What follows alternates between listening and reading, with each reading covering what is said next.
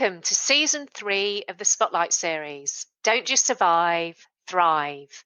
Season 1 was launched to help people through the pandemic by talking to a variety of experts about topics such as psychology, finance, and health. Season 2 focused on more work-related issues, including HR, marketing, and leadership. Now it is time for Season 3. Season 3 is centered on the IT industry, specifically tech startups. There are also career spotlights where I talk to senior IT people about the secrets to their impressive career journeys. My name is Nicholas Steele, founder of JJP Talent Solutions, an Australian IT recruitment company. For over 20 years, I've helped tech startups and innovative SMEs to attract, recruit, and retain technical talent. I hope you enjoy listening.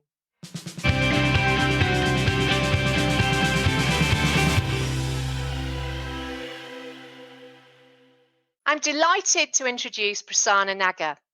Prasanna works at Commonwealth Bank for 6 years as the Executive Manager for Customer Engagement and Decision Science. For the past few years, he's co-founded a startup called Zivora. Today, we're going to talk about the secrets to his success in data career, as well as the challenges and benefits of co-founding a startup. Prasanna, thank you for joining me on Season 3, Episode 5 of the Spotlight series, Don't Just Survive, Thrive. Oh, my pleasure, Nicola. Thank you for welcoming me. Thank you, Prasanna. So, Prasanna, tell me a little bit more about your background and your career history. My background is, I'm a civil engineer. So I have an engineering background and I had curiosity to learn computer science. So I did my master's in computer science. And my career history spans across a lot of different things I've been involved with. So I started my career in the state government, which is in the Department of Agriculture, Western Australia. And that's where I started. Then I moved towards work in Medicare Australia in Canberra. And that was in the information and statistical section. So that kind of got me a lot into numbers and analytics. And from there, I ventured into the private industry, which is more around banking. And I worked for Westpac and also briefly for, I would say, a non-banking online lender, and then moved to Combank, and then now eventually working with my own startup and other projects I do. That's fantastic. And you've lived in WA and Canberra and now Sydney, I think. Yes. Yeah. So I think you said you were a mechanical engineer. So what really attracted you to data analytics? Oh, sorry, a civil engineer. Civil engineer, sorry, yeah. I beg your pardon. So what really attracted you to data analytics? I think that if you're from an engineering background, the core of engineering is problem solving. So it's very natural for any stream within engineering, whether it's mechanical, civil, electrical, electronics, that the common constant there is problem solving. So in today's world, everything is quite getting data-driven. So it's a natural attraction towards moving to that area where you are backed by facts, backed by data, and then you get the whole thrill of solving something. So I think I was just naturally attracted towards it. The medium to do that was using computer science. So I think that's the learning or the skill which I had to kind of adapt and or bring it in my work. So, and that complemented the problem solving. And that's what made it quite interesting. Excellent. So essentially you really love solving problems, and that's how you found where you are today. Quite a long career history there. So what would you say the main highlights have been of your career so far? I think I would start to say that I was quite fortunate to have good mentors and leaders. So my journey has been as exciting as it has been. It has been made exciting by the people I've come across, and especially the ones who have guided me. So in this area or in this line of work, it's what I have learned that, or as an highlight, that to find the right people to guide you as a leader, as a mentor is so important, because that actually gets you going or gives you the direction or the curiosity to learn more and more or and perform. So yes, with the work I've been involved in my professional career, there's a lot of accolades which I've won. But the one thing I would say as a highlight is the people I've come across, how much I've learned from people who are smart, who are possibly much more better than me. So that learning which I got from the people around me has been the biggest highlight of my career. That's fantastic. And I did a podcast with Shira Sagar, who's also an expert in data analytics. And he said a very similar thing, both with regards to problem solving and also with regards to mentoring and really learning from smart people. So it seems to be a very common theme in the world of data.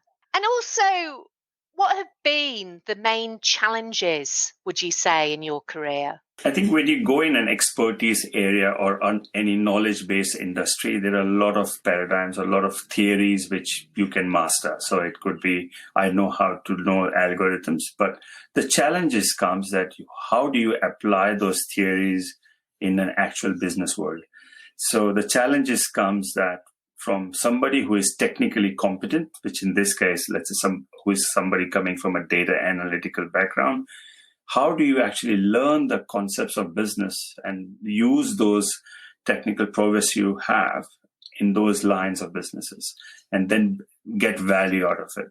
So, for example, you might know a lot of data mining algorithms and you might get an exposure to work in marketing, but then you would need to understand that how marketing applies to that business and what are the things they are doing, what are the customer they want to target, and then that combination and of the skill and the business acumen is the key to success.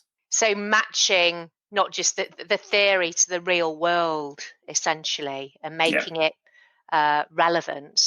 Yes. And you've had a pretty fabulous career progression over the years there. So what would you say are the real secrets behind your success? Well, I think I was just fortunate, as I mentioned earlier, with the people I've come across and the leaders who have given me those opportunities. But if I had to choose, it was just my curiosity to try something new and learn. So I just went with that whole curiosity to learn, and that learning presented me the opportunities. And then I just always used to put my hand up that I want to do it. So it was not that I was shying away from learning something different. So in my career, I've worked in a lot of different segments as well. So fraud could be product, could be strategy, could be reporting, could be now one of my pet favorites is data visualization.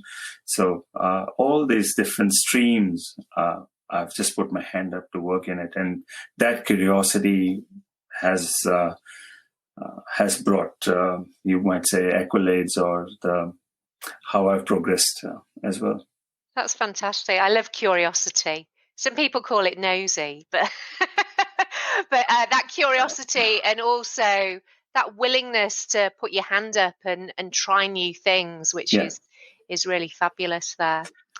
And when you're building your startup team, that you'll talk about soon, and also when you were building your teams at Commonwealth Bank, at Westpac, etc., what did you really look for when you were building your teams? What kind of skills would you say were really essential? So I always have followed something which I've never actually held an interview inside the institutional complex or in a building or somewhere. I always prefer a quite informal way to chat. So I just always try to make the candidate quite comfortable. So it's more about what is that person about? Does that meet? What's the interest? So regardless of, I've had people in my teams who have come from multidisciplinary backgrounds. That does not necessarily mean that you would need to have a certain tick boxes checked to kind of be in that team.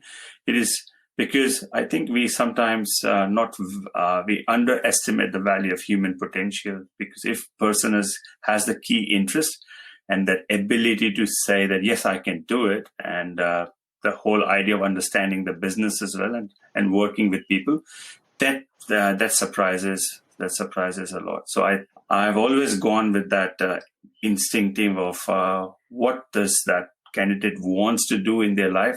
What we are offering matches that aspiration that candidate's having. And if that's a perfect blend, then I feel that it's not about the role. It's about that this person is the right fit with the people we have around us. And they just thrive in that environment. And I've been always in this case, have been surprised how they have just outperformed their own expectations. That's fantastic. So it's like the analogy of get the right people on the bus and then decide where they're going to sit, so to speak. And specifically with regards to careers in data analytics, what would you say are the essential skills? Well, in data analytics, you have to work with data. So don't go for the shiny stuff first, because 80% of the effort is spent in understanding the data, which is pretty much dealing with a lot of garbage. So structuring the data, what is it all about, understanding it. So I think focus on the core element.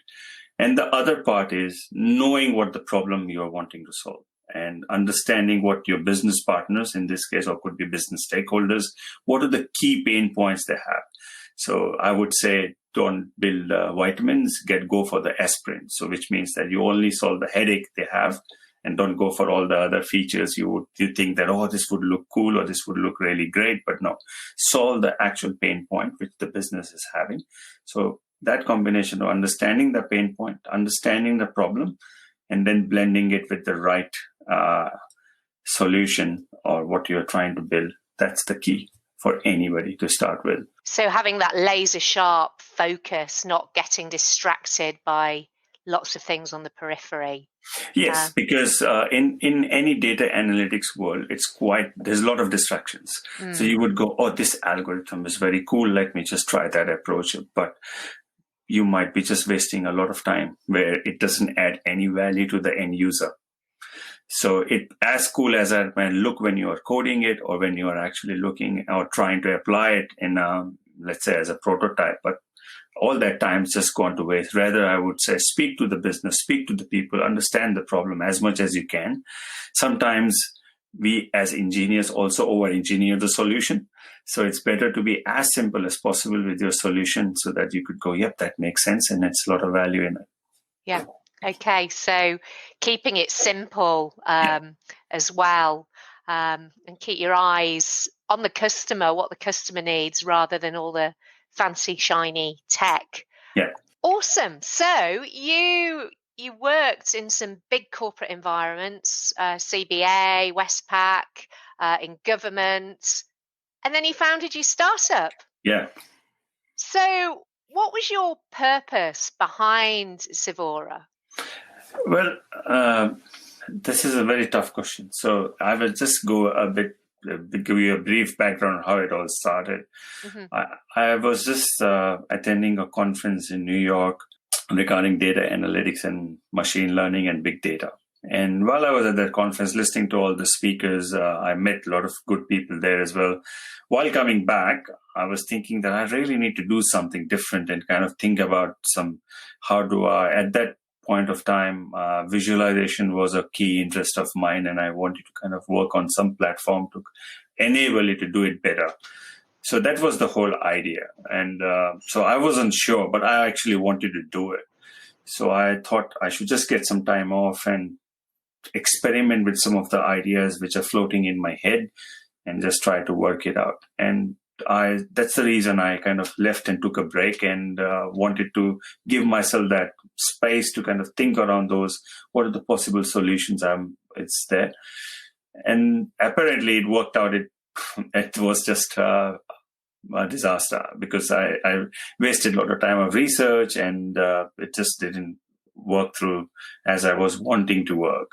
And I think I also needed that as a lesson that sometimes not every time you do things, you have a solution in place. So I think that's the first learning I got from thinking about a startup, which was failure.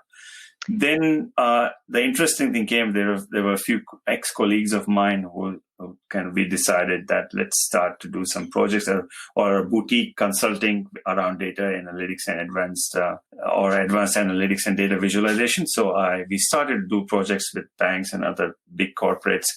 And then when I was starting to do projects, there were a lot of ideas tinkering in my brain. Oh, that could help someone. That could help someone. And going through that, eventually we landed upon something which we felt was a problem faced by small business on a daily basis, which is understanding their financial data and how better to manage their cash flow. So something about thinking where I think about all these big solutions for big corporates, I came down to a very simple solution for small to medium businesses. And that just became a passion of mine because I felt there are a lot of businesses who need that support or that acumen where they could easily understand what they want to do and how they could steer the business backed by data and intelligence or insights in a correct manner. And that's how I gave birth to Zivora, and that's what led us to build it. And here we are. That's really great. And I love the fact that you stand up and admit that it was a failure and you really learned from your mistakes and then we're going out to solve a problem for small to medium sized businesses. And that was your real purpose there. Yeah, I think I would be very surprised if any startup founder would say that the step one they took and it's a success. Step two they took, it's a success.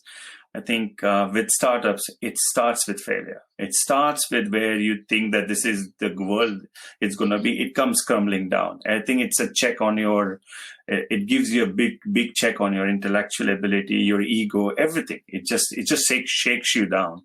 And you again go back and think that, okay, what should I again start with? So it's like a kid trying to build a Lego. And some of those you're trying to build something, the pieces fall over, you try again. And I think this is the matured learning which you get from running a startup and lots of life lessons, I should say. And yes, life lessons and war wounds. Yes. And you worked, as I said, at CBA, Westpac, government, etc. How have you found that transition from the big corporate world to the startup world? I would be honest to admit it was very hard. Mm-hmm. Very, very hard to say, because when you're in those established organizations, to say something like Commonwealth Bank or Westpac, you have all the processes and the support mechanism around you all sorted. You do not need to worry about things. You are just focused on what you need to solve. You go with your laser sharp focus. You have the best team around you, and your job is relatively quite easier. So you not have many battles to fight. You just focus on solving that problem. In a startup, you're not just focused on only solving the problem, but there are lots of other things you have to think about. There is staff, there is legal, there is you have to manage your own finances, teams, and there's day-to-day things. So it's your world's just totally turned upside down. That was a bit of a struggle for me when I first started, because being used in a corporate environment for so long, it takes a while for you to mentally adjust the way things work in startups. So it took me a while, but then I think I can now juggle a few things. I'm getting better in managing a few things. I'm still learning on a few things, and but I think you get very good with managing your time and the priorities now, because I cannot afford to waste any of those things. Wearing lots of different hats. Yes. And I guess coming back to that laser focus on time and making sure that you're spending your time on the right activities, and lots of different activities as well. Absolutely. It's so important, because for a startup like ours, we are bootstrapped. So we cannot afford to waste either our time or either our team's time, because it just burns money. So we have to be so very focused on the decision making, so very focused on the value, and so very focused on challenging each other as well. That is that the right decision, or is that not the right decision? So that we do not just waste the time, but also money. Definitely. And yeah, with regards to your team, so how big's your team there at Zivora? We are quite lean. So we started, we were 5, now we are 4. And myself, my co-founder Wayne, and my chief technology CTO Jin, and we have one more senior developer. So we are all coming from a technical background, other than Wayne, who is more around business and strategy. So we all are quite hands-on, and we have kept it lean in a way, and we're able to manage it up until now. So you're mainly technical people, and your core values, what are your core values, and how's that really driven the culture of Zivora? So we have been quite flexible from the beginning, and my core values is that whenever even while hiring, is that the work should not be the first priority as well. So if you are focusing on work as your first priority, then I don't think so you have got your balances right, which means that your biggest passion, if you have a family, then of course family should be your first. And if you're happy with what things around you, then you might be able to think around the work or things in a better way. So I think my first is that give the focus to the things outside of work first, because then you will bring the best for work. So I think it quite differently. So I don't say, oh, work is the most important thing. No, it should be the things outside of work should be your first and most important thing, so that once you're happy there, you will bring the best on whatever you do related to work. Then it's more around, I think we have quite honest and trust is the biggest thing. We are quite open. We are horizontal. There's nothing, designation doesn't mean anything. Everybody has a key on decision making.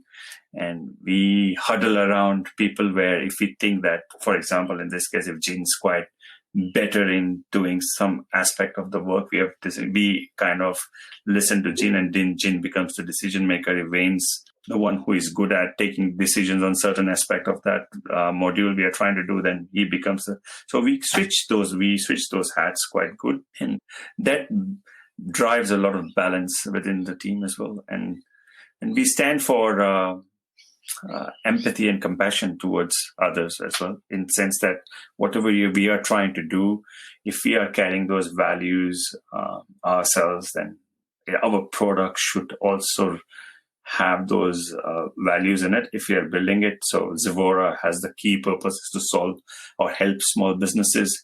We know that we could actually contribute towards an economy which is quite driven through SMB in Australia. So if we carry those values in ourselves, I think our products which we are building should reflect it as well. So pretty much we stand across focus things outside of work first, honesty, and then it's the empathy and the compassion. That's really fantastic. I really love all those core values, and starting really at the heart, so to speak, and then, as you say, the work and everything will come.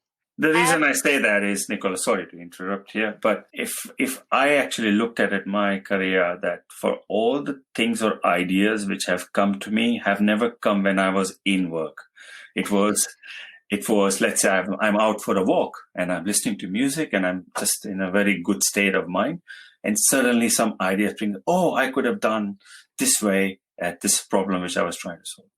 So I observe that all the good things which has got me recognition or that has helped the team or something, or even if I ask my colleagues, it has always been where it's in an environment outside of work.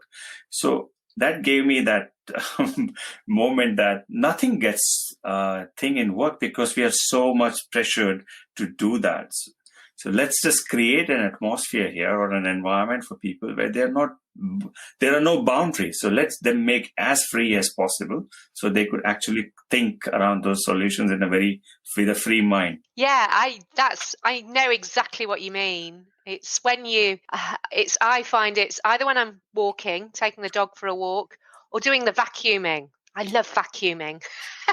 And not many people would say that, but it does give you time to achieve something and think at the same time, because it's quite a mindless task and it puts you in a free state of flow. Exactly. So yes, that's great, and you're bringing that environment into work as well. And as you've said, being the founder of a startup comes with its challenges. What would you say have been your main challenges when you started and then as Zivora grew? I think in terms of challenges was if I look back and if I have to do things a bit differently, I would have further started a bit smaller, like a very, very small MVP, and tested it really hard with my segment. So I think the focus was a lot on technology and some building some foundations up. I felt we spent a lot of time doing that. So we were quite, as we wanted to build a very smart solution, or we wanted to get out at a very, I would say, effective pricing, low and effective pricing. We wanted to make sure that the foundations of technology we're doing and enables us or allows us to do that, to pass on those benefits. So we had to kind of think a lot harder on how do we do it smartly. But I think we spent a lot of time doing that. If I would not have been worried about it and just, let's say, in today's world, I could have used any of those no coding tools and just built a small MVP and just went faster on testing it, it would have actually helped me. So I think I would say the first challenge, never get distracted too much with your strengths. Second challenge, I think, is finding the right people. It took me quite some time to find the right CTO. So I think that's the biggest challenge any startup would face. People is hiring the best people you want, because it's a very competitive environment. You really need to work hard to convince someone, make them believe in your vision, make them believe in your values, and then also find the right fit in terms of culture and personality, so that you know that it's not just going to be a fellow colleague, but it's going to be your best friend. So it took us quite some time to find someone. So that's, I would say, another, because if you have the right people with you, I think your 80% of your problems are solved. You don't need to worry about anything.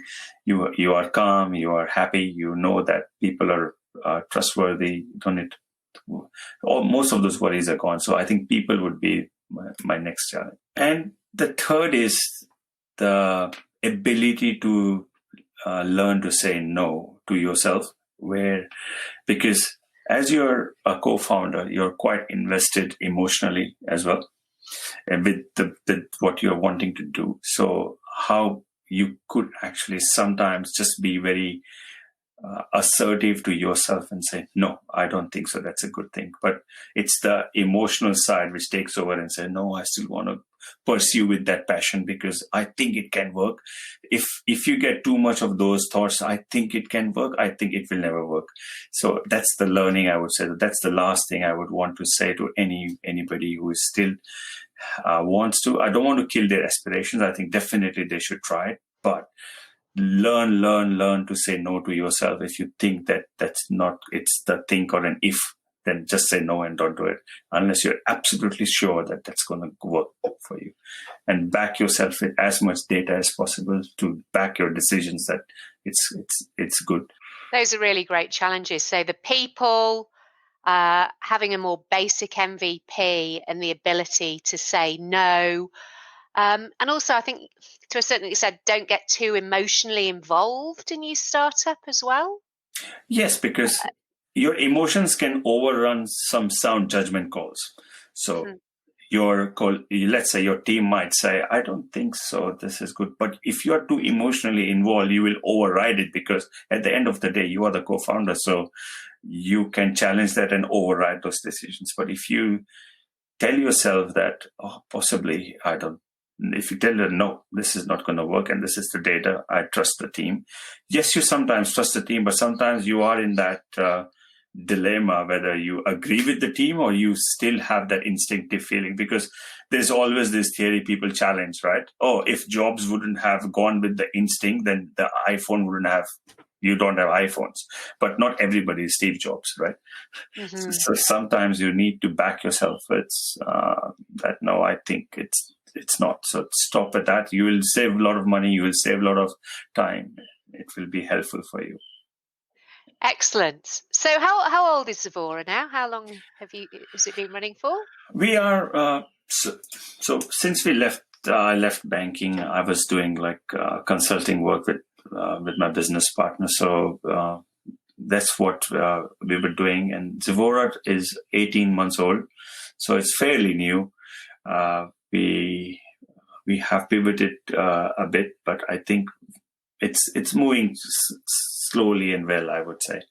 Not that we were not wanting like exponential growth, but if exponential growth also brings a lot of things where you would need to then think about either funding or looking for those options. We want to keep it bootstrapped at this stage. So we're okay with its growth. Yes, if you would ask, can it do better? Yes, it can definitely do better. So there are a lot of areas of improvement for us in terms of growth and marketing, which we are focusing on. But hopefully by the end of this year or in the new year, it should again pick up well for us. Yes, I think the market generally is picking up. And if you could turn back the clock over your whole career, or specifically with Zivora, is there anything that you would do differently?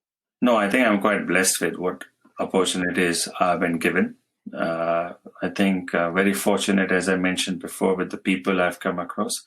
Yes, with Zivora, I would have definitely done things a bit more differently to start with, but those are the lessons any startups give you. So that was our first ride on building a SaaS product, which is software as a service. So it has lessons all over for us. So if I would have to do it again, I would do it very differently. I would actually launch a product quite fast because I've learned what mistakes I've done now. So yes, I could do Zivora a bit differently.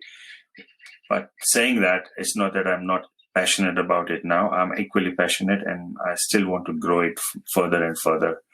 And we have a goal to double our team by next year. So we just are quite focused towards it. That's brilliant. So at the end of the day, you wouldn't turn back the clock because you've learned from those mistakes and those were of benefit to you. I think those are absolutely nuggets of gold for me. If I would not have learned from those mistakes, I don't think so I would have matured or have got the knowledge of what I should not do now. So I think I've treated failure as the biggest lessons or the gift which life could give me. And I would take those as lessons which would going to help me in future regardless.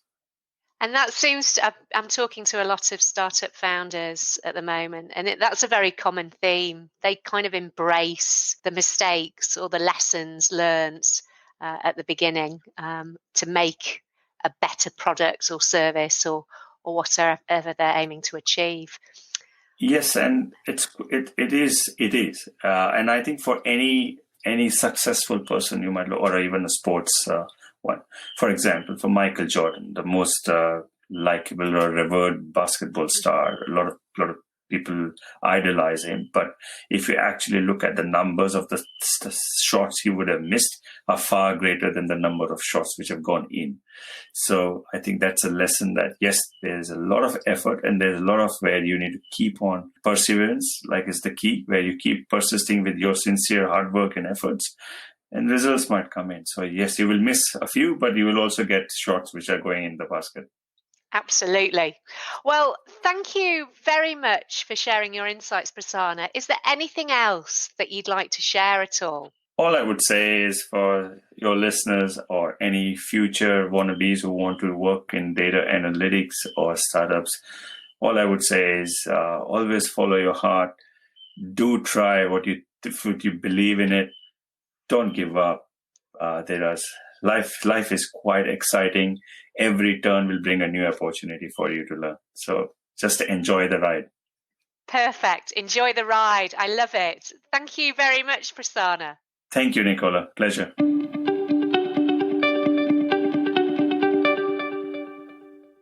I hope that you enjoyed this episode. Please remember to subscribe, rate, and review. If you're looking for career advice, your next career opportunity, or to grow your tech team, then please call me, Nicola Steele, on 0499 773 546, or go to our website, jjptalent.com.au. The Don't Just Survive, Thrive podcast is part of the Spotlight series, which includes the YouTube channel Spotlight on Software Development. If you want more insights into the software industry, particularly tech startups, then subscribe to the Spotlight on Software Development YouTube channel. Thank you for listening. Until next time.